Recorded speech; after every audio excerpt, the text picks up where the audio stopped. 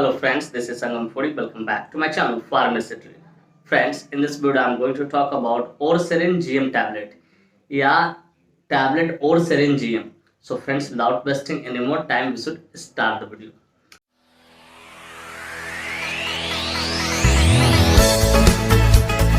Friends, यह video ना सिर्फ जानकारी के उद्देश्य से बनाया है। इस वीडियो को देखने के बाद कोई भी मेडिसिन आप खुद से इस्तेमाल ना करें, कतई सेल्फ मेडिकेशन ना करें। Friends, actually I don't support self medication at all. So before taking or using any medicine, you must consult your doctor. कि कोई भी दवा लेने से पहले या इस्तेमाल करने से पहले आप अपने डॉक्टर से एक बार जरूर कंसल्ट करें। तो फ्रेंड्स, चलिए वीडियो की शुरुआत करते हैं। फ्रेंड्स, आज का हमारा टॉपिक है Orcerin GM tablet. Friends, Orcerin GM tablet एक बहुत ही शानदार, बहुत ही प्रचलित प्रेस्क्रिप्शन मेडिसिन है, जिसका इस्तेमाल खासकर ज्वाइंट पेन में होने वाले दिक्कत को ठीक करने के लिए किया जाता है। कि जहां पे ज्वाइंट है, ठीक है, और उसके मूवमेंट में दिक्कत हो रहा है, कट की आवाज आ रही है, ठीक है, तो उसको ठीक करने में डॉक्टर इसका इस्तेमाल करते हैं। फ्रेंड्स, थोड़ा देर पहले मैंने क्या बोला, ये क्या प्रेस्क्रिप्शन मेडिसिन है, चलिए जरा इसे समझ लेते हैं। डियर व्यूअर्स, प्रेस्क्रिप्शन मेडिसिन कहने का अर्थ होता है कोई भी वैसा मेडिसिन जिसे परचेज करने के लिए, खरीदने के लिए हमें डॉक्टर की प्रेस्क्रिप्शन की जरूरत हो, उसे हम लोग प्रेस्क्रिप्शन मेडिसिन बोलते हैं। फ्रेंड्स, यह मेडिसिन प्रोटियोग्लाइकन सिंथेसिस स्टिमुलेटर कैटेगरी से बिलोंग करता है और साथ ही साथ इसको न्यूट्रिशनल सप्लीमेंट कैटेगरी भी कह सकते हैं। तो जाहिर सी बात है, मैंने इस टर्म का इस्तेमाल किया है तो मेरे व्यूअर जानना चाहेंगे, पूछना चाहेंगे, sir what is the exact meaning of proteoglycan synthesis stimulator category. तो डियर व्यूअर्स, मैं कोशिश करूंगा कि सरल से सरल, सिंपल से सिंपल शब्दों में आपको समझाऊं, ताकि आपको अच्छी नॉलेज यहाँ से मिल सके, गेन कर सके और उसका आप यूटिलाइज कर सको। तो dear viewers, proteoglycan synthesis stimulator category कहने का अर्थ होता है कि कोई भी वैसा मेडिसिन, ठीक है, जो ज्वाइंट में जो कार्टिलेज होता है उसको बिल्ड करने का काम करे और साथ ही साथ जो ज्वाइंट होता है उसके टिश्यू को रिपेयर करने का काम करे, ठीक है। तो वैसे सारे मेडिसिन को, ठीक है, वैसे सारे मेडिसिन को प्रोटियोग्लाइकन सिंथेसिस स्टिमुलेटर कैटेगरी का मेडिसिन बोलते हैं। चाहे टैबलेट फॉर्म में हो सकता है, चाहे कैप्सूल फॉर्म में।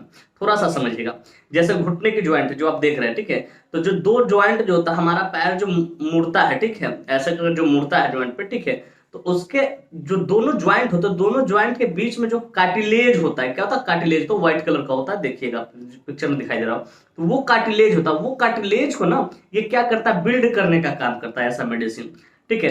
और कार्टिलेज क्या होता है, एक तरह कनेक्टिव टिश्यू होता है। क्या होता है, कनेक्टिव टिश्यू होता है जो कहाँ, ज्वाइंट के दो ज्वाइंट के बीच में होता है। और कार्टिलेज का काम क्या होता है कि हमारा जो ज्वाइंट है वो आसानी से मूव कर सके, फ्री होकर मूव कर सके। तो सिंपली समझिए कि ये प्रोटियोग्लाइकन सिंथेसिस स्टिमुलेटर कैटेगरी कहने का अर्थ होता है कि कोई भी वैसा मेडिसिन जो कार्टिलेज को बिल्ड करने का काम करे। और कार्टिलेज होता क्या है, एक तरफ का कनेक्टिव टिश्यू होता है, ठीक है, उसको बिल्ड करने का काम करे और साथ ही साथ ज्वाइंट को भी रिपेयर करने का काम करे। वैसे सारे मेडिसिन को हम लोग क्या बोलते हैं, प्रोटियोग्लाइकन सिंथेसिस स्टिमुलेटर कैटेगरी का मेडिसिन बोल सकते हैं। फ्रेंड्स, मैं उम्मीद करता हूं कि ये बातें आपको अच्छे से समझ में आ गया। फ्रेंड्स, चलिए अब बात करना चाहेंगे कौन सी कंपनी इसको मैन्युफैक्चर करती है, क्या इसके अंदर मॉलिक्यूल्स पाए जाते हैं, क्या इसके यूसेज होते हैं, क्या इसके कंट्रा इंडिकेशन होते हैं, क्या इसके साइड इफेक्ट होते हैं और क्या इसके डोज होते हैं। इन सारी बातों को हम लोग समझेंगे इस वीडियो में बहुत डिटेल से। Friends, I will make you understand each and everything in a very simple way. तो फ्रेंड्स, मैं यहाँ पे हर एक चीज को ना बहुत शानदार तरीके से और बहुत सहजता भरी तरीके से आपको समझाऊंगा। तो friends, first of all I would like to talk about which company manufactures it. कि फ्रेंड्स, चलिए सबसे पहले हम लोग ये जान लेते हैं कि कौन सी कंपनी है जो इस मेडिसिन को मैन्युफैक्चर करती है। तो फ्रेंड्स, इस मेडिसिन को मैक्लियोड्स फार्मास्यूटिकल इंडस्ट्री द्वारा मैन्युफैक्चर किया था, जो कि अपने आप में काफी प्रसिद्ध, काफी हाईली रेप्यूटेड फार्मास्यूटिकल इंडस्ट्री है। Friends, this medicine is basically manufactured by Macleods pharmaceutical industry. Friends, के एक स्ट्रिप में ना 5 नहीं 10 नहीं पूरे 15 टैबलेट्स होते हैं, जिसकी कीमत मार्केट में लगभग 390 रुपए से लेकर 400 रुपए आसपास होती है और उतने में अवेलेबल हो जाती है। फ्रेंड्स, मैं यहाँ पे एस्टिमेटेड प्राइस बता रहा हूँ, एग्जैक्ट नहीं बता रहा हूँ, वो अपना खुद देखना, क्योंकि प्राइस हमेशा टाइम टू टाइम वैरी होते रहता है, बदलते रहता है। तो डियर व्यूअर्स, मैं उम्मीद करता हूँ कि ये बातें आपको अच्छे से समझ में आ गई कि कौन सी कंपनी इसको मैन्युफैक्चर करती है, इसके एक स्ट्रिप में कितने टैबलेट्स होते हैं और क्या उसका एस्टिमेटेड प्राइस होता है। फ्रेंड्स, चलिए नेक्स्ट हम बात करना चाहेंगे which molecule is basically found in this medicine. कि बेसिकली जो आप मेडिसिन देखते हैं ओर्सेरिन, ठीक है, जीएम, इसके अंदर कौन सा मॉलिक्यूल्स पाता है। तो फ्रेंड्स, बेसिकली इसके अंदर 3 मॉलिक्यूल्स पाते हैं और तीनों का अमाउंट क्या होता है, अलग अलग अमाउंट होता है। नंबर 1 है इसमें ग्लूकोसामिन। ग्लूकोसामिन 750 मिलीग्राम पाया था, mg पाया था, ठीक है, मिलीग्राम। दूसरा है इसमें डायासिरिन जो कि 50 मिलीग्राम पाया था और तीसरा है मिथाइल सल्फोनिल मीथेन। ये पाया था इसमें 250 mg पाया था। और ये तीनों मिलकर क्या करता है कि जहां पे जो ज्वाइंट होता है उसके कार्टिलेज को क्या करता है, बिल्ड करने का काम करता है। क्या करता है, बिल्ड करने का काम करता है। तो डियर व्यूअर्स, मैं उम्मीद करता हूँ कि ये बातें आपको अच्छे से समझ में आ गई। फ्रेंड्स, मैं उम्मीद करता हूँ ये बातें समझ में आ गई। फ्रेंड्स, अब बात करना चाहेंगे इसके यूसेज के बारे में, कहाँ कहाँ इसका इस्तेमाल करते हैं डॉक्टर, कब इसको प्रिस्क्राइब करते हैं, किन किन डिजीज में सपोर्टिव ट्रीटमेंट पे इसका इस्तेमाल लिया जा सकता है। Friends, let us talk about the usage of this medicine, कि इस मेडिसिन के यूसेज का समझते हैं कहाँ कहाँ इसका इस्तेमाल किया था। तो friends, number 1 is treatment of osteoarthritis. इसका जो सबसे पहला इस्तेमाल है ऑस्टियोआर्थराइटिस को ठीक करने के लिए किया जाता है। ऑस्टियोआर्थराइटिस को जरा समझिएगा, ठीक है। हमारे बॉडी में जितने भी ज्वाइंट है, ठीक है, वो जो ज्वाइंट होता है, दो ज्वाइंट के बीच में ना कार्टिलेज होता है। क्या होता है, कार्टिलेज होता है। और कार्टिलेज का काम क्या है, दोनों ज्वाइंट को, ठीक है, दोनों ज्वाइंट को फ्रिक्शन से रोकना। क्या करना, फ्रिक्शन से रोकना, घर्षण न हो, ताकि हड्डियों में टकराव न हो, ठीक है। ये कार्टिलेज का काम है। और कार्टिलेज क्या है, कनेक्टिव टिश्यू। तो ऑस्टियोआर्थराइटिस में होता क्या है कि हमारा जो कार्टिलेज होता है, ठीक है, जैसे आप देख रहे हैं पिक्चर में, कार्टिलेज व्हाइट कलर का है, ठीक है। वो जो कार्टिलेज होता है वो क्या होता है, वो गड़बड़ होने, झड़ने लगता है, ठीक है। तो उसके कारण क्या होता है, हड्डियों में, ज्वाइंट में दर्द होने लगता है, ठीक है। और उसमें जो साइनोवियल फ्लूइड होता है, ठीक है, साइनोवियल मेम्ब्रेन होता है, उसके अंदर जो साइनोवियल फ्लूइड होता है वो भी कमने लगता है, ठीक है।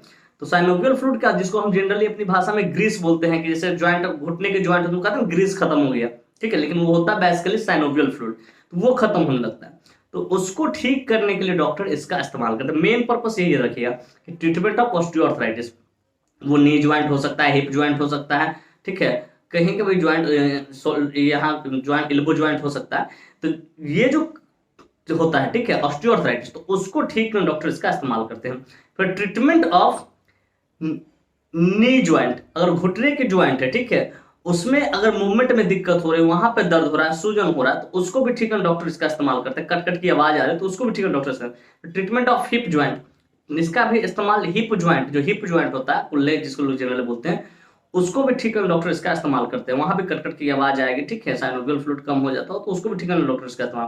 फिर ट्रीटमेंट ऑफ मस्कुलोस्केलेटल कंडीशन, कि कभी कभी मांसपेशियों में जो होता है वो क्या होता है, खिंचाव आ जाता है, टेंडरनेस, थोड़ा सा टाइटनेस ज्यादा आ जाता है, रिजिडिटी आ जाता है, तो उसको भी ठीक करने के लिए डॉक्टर इसका इस्तेमाल करते हैं। लेकिन मस्कुलोस्केलेटल कंडीशन कहने का अर्थ होता है pain in bone, muscle, tendon and ligament, ये चार चीजों में और दर्द हो, ठीक है, ठीक है, मसल रिजिडिटी होगा, तो उसको ठीक करने के लिए डॉक्टर कभी कभी इसका सपोर्टिव ट्रीटमेंट पे इसका इस्तेमाल करते हैं। फिर कहते हैं ट्रीटमेंट ऑफ मसल स्टिफनेस, की खास करके किसी को मांसपेशियों में खिंचाव हो गया, ठीक है, तो उसको भी ठीक करने डॉक्टर इसका इस्तेमाल करते हैं। फिर treatment of pain and swelling या पेन एंड इन्फ्लामेशन, ठीक है, अराउंड ज्वाइंट पेन, अगर किसी ज्वाइंट के आसपास दर्द हो रहा है या सूजन है, ठीक है, तो उसको भी ठीक करने डॉक्टर इसका इस्तेमाल करते हैं। तो फ्रेंड्स, बेसिकली इतने सारे जगहों पर डॉक्टर इसका इस्तेमाल करते हैं, लेकिन मेनली जो इसका इस्तेमाल होता है ऑस्टियोआर्थराइटिस को ठीक करने के लिए किया जाता है। अब सिंपली इतना समझ ली कि ऑस्टियोआर्थराइटिस होता क्या है, कि हमारे जितने भी ज्वाइंट होते हैं, जैसे घुटने का ज्वाइंट हो गया, तो दो जो हमारा पैर जो मुड़ता है, ठीक है, तो उस दोनों के बीच में ना, ठीक है, क्या होता है, कार्टिलेज होता है, आर्टिकुलर कार्टिलेज जिसको बोलते हैं, ठीक है। वो कार्टिलेज का काम ही होता है, ठीक है, कि हमारा पैर को मूव करवा सके, ठीक है, ज्वाइंट को मूव करवा सके, और उसको एक ज्वाइंट दूसरे ज्वाइंट से क्या हो, कनेक्ट ना हो, ठीक है, मतलब फ्रिक्शन ना हो, कनेक्ट का फ्रिक्शन ना हो।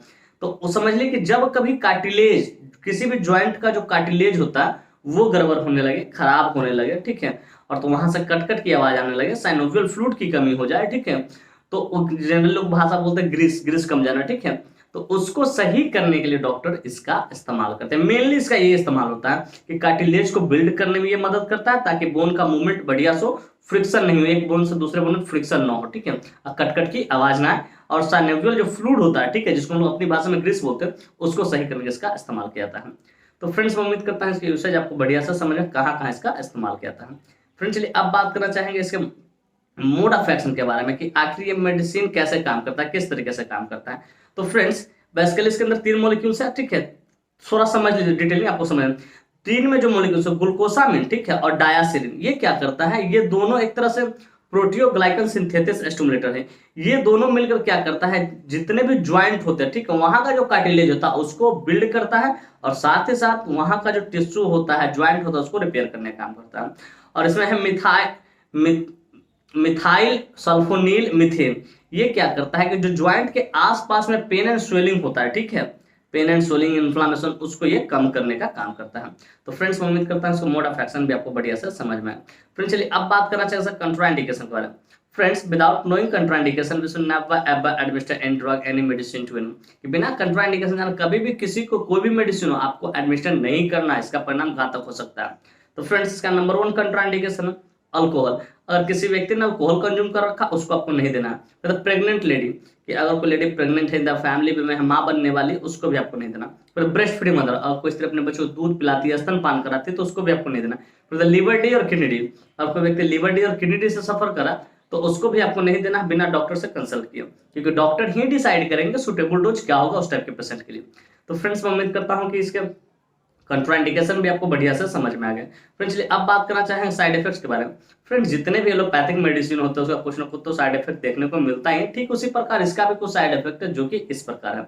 नंबर 1 है नोजिया, आपका जी मिचलाएगा। फिर कहते हैं वॉमिटिंग, हो सके आपको उल्टी हो सकता है। फिर कहते हैं डायरिया, आपका जो स्टूल है पानी की तरह पतला हो सकता है। फिर कहते हैं इनडाइजेशन, आपका जो खाना है वो पचेगा नहीं सही से। फिर हार्ट बर्न, ये जो सीने हैं दोनों सीनों के बीच में जलन होने, गला वाला सब में जलन होने लगता है, ठीक है, इसको हार्ट बर्न या एसिड रिफ्लक्स आप कर सकते हैं। फिर कहता है पेन एब्डोमेन, थोड़ा बहुत पेट भी आपको दर्द कर सकता है। फिर कहता है यूरिन डिस्कलर्ड, आपका जो यूरिन है वो डिस्कलर्ड हो सकता है, ठीक है, ये कुछ इसके साइड इफेक्ट है। इस तरह कोई भी साइड इफेक्ट दिखे आप तुरंत अपने डॉक्टर कंसल्ट करें, उन्हें इन्फॉर्म करें कि सर मुझे इस तरह परेशानी हो रही, तो हो सके इसके जगह पर डॉक्टर दूसरे मेडिसिन को प्रेस्क्राइब करेंगे। तो फ्रेंड्स उम्मीद करता हूँ कि इसका साइड इफेक्ट भी आपको बढ़िया सा समझ में आएगा। फ्रेंड्स चलिए अब बात करना चाहें डोज के बारे में। फ्रेंड्स डोज हमेशा डिपेंड करता है एज पे, बॉडी वेट पे, सिविरिटी पे, जेंडर पे, इन सारी चीजों पर डोज डिपेंड करता है। लेकिन यहाँ जो मैं डोज बताने जा रहा हूँ एडल्ट के लिए बता रहा हूँ, जिनकी उम्र 18+ है या ओल्ड एज है उसके लिए बताने जा रहा हूँ। 1 इंटू ओडी पोस्ट, एक गोली रोज लेना होता खाना खाने के बाद। तो फ्रेंड्स मैं उम्मीद करता हूँ इसका डोज भी आपको बढ़िया से समझ में आएगा।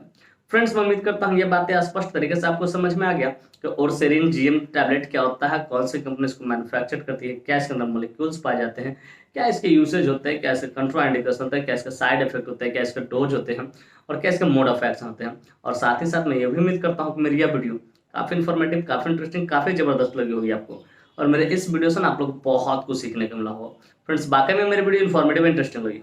Friends, if you find this video informative and interesting, hit the like button, subscribe my channel, and don't forget to share it with your medical friends and common friends. Thank you for watching this video. Bye bye. फिर मिलते हैं next video में, तब तक के लिए स्वस्थ रहिए, मस्त रहिए, ख्याल रखिए अपना और अपने परिवार का। थैंक यू, धन्यवाद।